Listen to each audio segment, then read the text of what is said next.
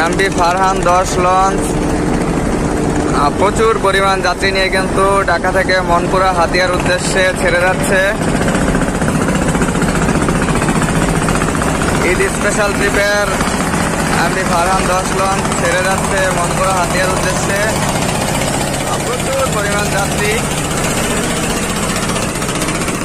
অনেক যাত্রী রয়েছে।